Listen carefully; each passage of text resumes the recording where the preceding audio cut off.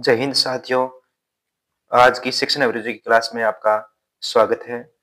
चलिए शुरू करते हैं। शैक्षिक विकास में मूल्यांकन का अर्थ है छात्रों की प्रगति का आकलन करना, कक्षा अभिलेखों का मूल्यांकन करना, कार्य निष्पादन का मूल्यांकन करना, ज्ञान क्षमता का मूल्यांकन करना, ज्ञान क्षमता का मूल्यांकन करना। सतत एवं व्यापक मूल्यांकन से तात्पर्य है नियमित रूप से मासिक परीक्षा लेना, सीखने की प्रक्रिया के दौरान शैक्षिक एवं सह-शैक्षिक क्षेत्रों का नियमित रूप से आकलन करना, नियमित रूप से कक्षा में गतिविधियां आयोजित करना, अंक या ग्रेड प्रदान करना। सीखने की प्रक्रिया के दौरान शैक्षिक एवं सह-शैक्षिक क्षेत्रों का नियमित रूप से आकलन करना। सतत एवं व्यापक मूल्यांकन में व्यापक मूल्यांकन शब्दावली का तात्पर्य है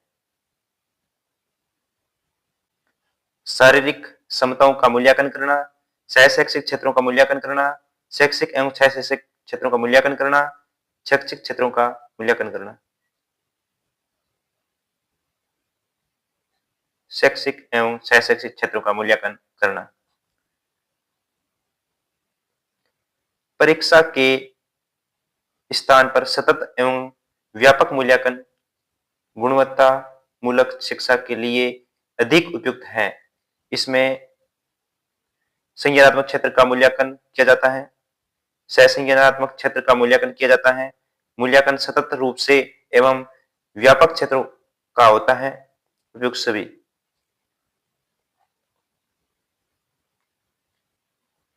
प्रयोगात्मक मूल्यांकन विधि विज्ञान एवं कंप्यूटर के विद्यार्थियों के लिए अधिक आवश्यक मानी गई है क्योंकि इसमें केवल सैद्धांतिक ज्ञान द्वारा पूर्ण अधिगम संभव है नहीं है। इसमें सैद्धांतिक ज्ञान को व्यवहारिक ज्ञान से क्रियाशील करके ही पूर्ण अधिगम संभव बनाया जा सकता है। ऐसा यूरोपीय देशों में भी हो रहा है। यह कोठारी आयोग के शिक्षा निर्देशों में उल्लेखित है। इसमें सैद्धांतिक ज्ञान को व्यवहारिक ज्ञान से क्रियाशील करके ही पूर्ण अधिगम संभव बनाया जा सकता है। सतत और व्यापक मूल्यांकन के व्यापक शब्द का अर्थ इसमें शैक्षिक और सह-शैक्षिक क्रियाएं निर्मित है, बालक के विकास के विभिन्न पक्षों में निहित है। इसमें छात्रों की विषयों की ग्रेड निहित है। इसमें असंज्ञानात्मक क्षेत्र निहित है, बालक के विकास के विभिन्न पक्षों में निहित है। मूल्यांकन शब्द एक प्रक्रिया को दर्शाता है जिसके द्वारा अध्यापक विद्यार्थियों के बारे में सूचनाएं इकट्ठी करता है, कक्षा के विद्यार्थियों का वर्गीकरण करता है, व्यवहार परिवर्तन के प्रमाण इकट्ठा करके निर्णय लेता है, विद्यार्थियों की सभी क्षेत्रों की प्रगति को व्यवस्थित करता है।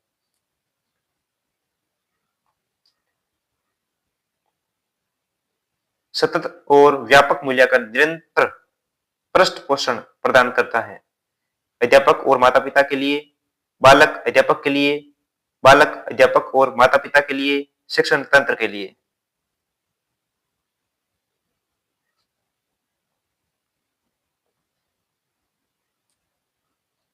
मूल्यांकन का नजदीकी संबंध है अधिगम के उद्देश्यों से, अधिगम अनुभव से, अधिगम अनुभवों और उद्देश्यों से, मूल्यांकन रचनाओं से, अधिगम अनुभवों और उद्देश्यों से।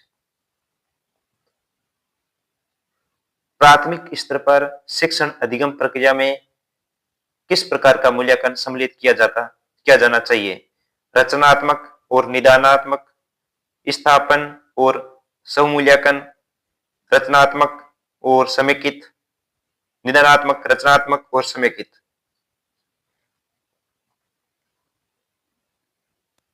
विद्यार्थियों के कार्यों का निरंतर मूल्यांकन होना चाहिए क्योंकि इससे वे अध्यापक के नियंत्रण में रहेंगे, समय का दुरुपयोग होगा,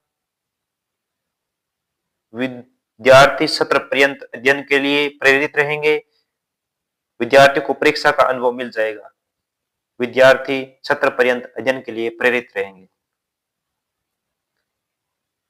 बालक के विकास में योगदान होता है अच्छे विद्यालय का, पाठ्य पुस्तकों का, धनवान माता पिता का, योग्य एवं समर्पित शिक्षक का, योग्य एवं समर्पित शिक्षकों का। ऑपरेशन ब्लैक बोर्ड का क्या अर्थ है? प्राथमिक स्कूलों की सुविधा में सुधार, कम से कम 2 अध्यापकों की व्यवस्था, प्रत्येक स्कूल में ब्लैक बोर्ड की व्यवस्था, अध्यापकों के द्वारा ब्लैक बोर्ड का उपयोग, प्राथमिक स्कूलों की सुविधाओं में सुधार। आंतरिक मूल्यांकन प्रणाली की सिफारिश की जा चुकी है क्योंकि शिक्षक उनके विद्यार्थियों को जानते हैं। अध्यापक वे ही प्रश्न पूछते हैं जो उन्हें पढ़ाए हैं। अध्यापक उनके विद्यार्थियों के सबसे अच्छे निर्णायक होते हैं। विद्यार्थी परीक्षा के दौरान तनाव मुक्त रहेंगे। अध्यापक उनके विद्यार्थियों के सबसे अच्छे निर्णायक होते हैं।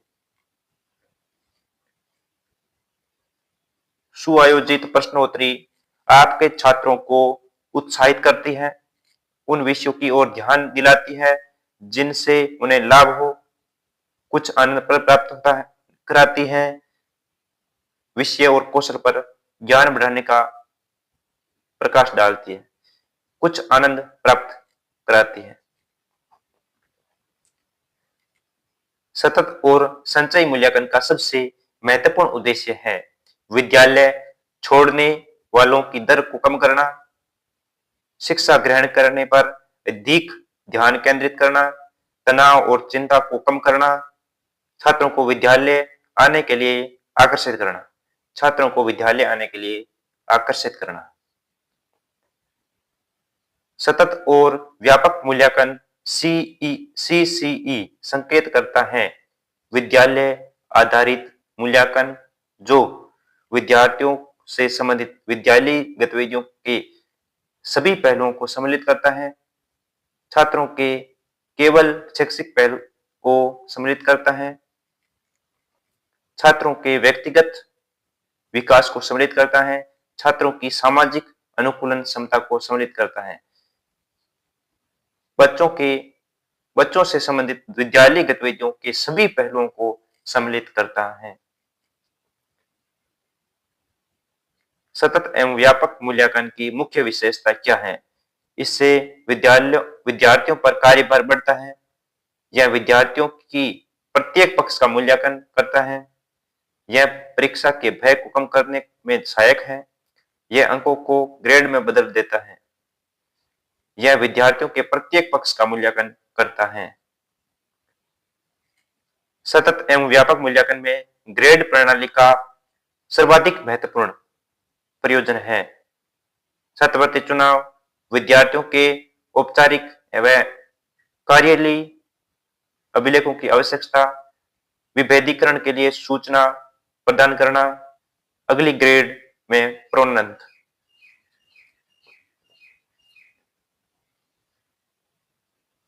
मूल्यांकन के वस्तुनिष्ठ प्रकार के परीक्षण पदों के गुणों को निम्नलिखित में से कौन सा सही रूप प्रदर्शित करता है?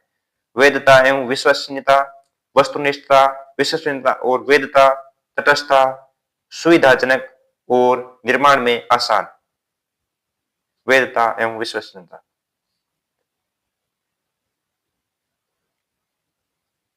शिक्षक के लिए विद्यार्थी का मूल्यांकन कार्य करना इसलिए आवश्यक हो जाता है क्योंकि इसके लिए विद्यालय उसे वेतन का भुगतान करता है।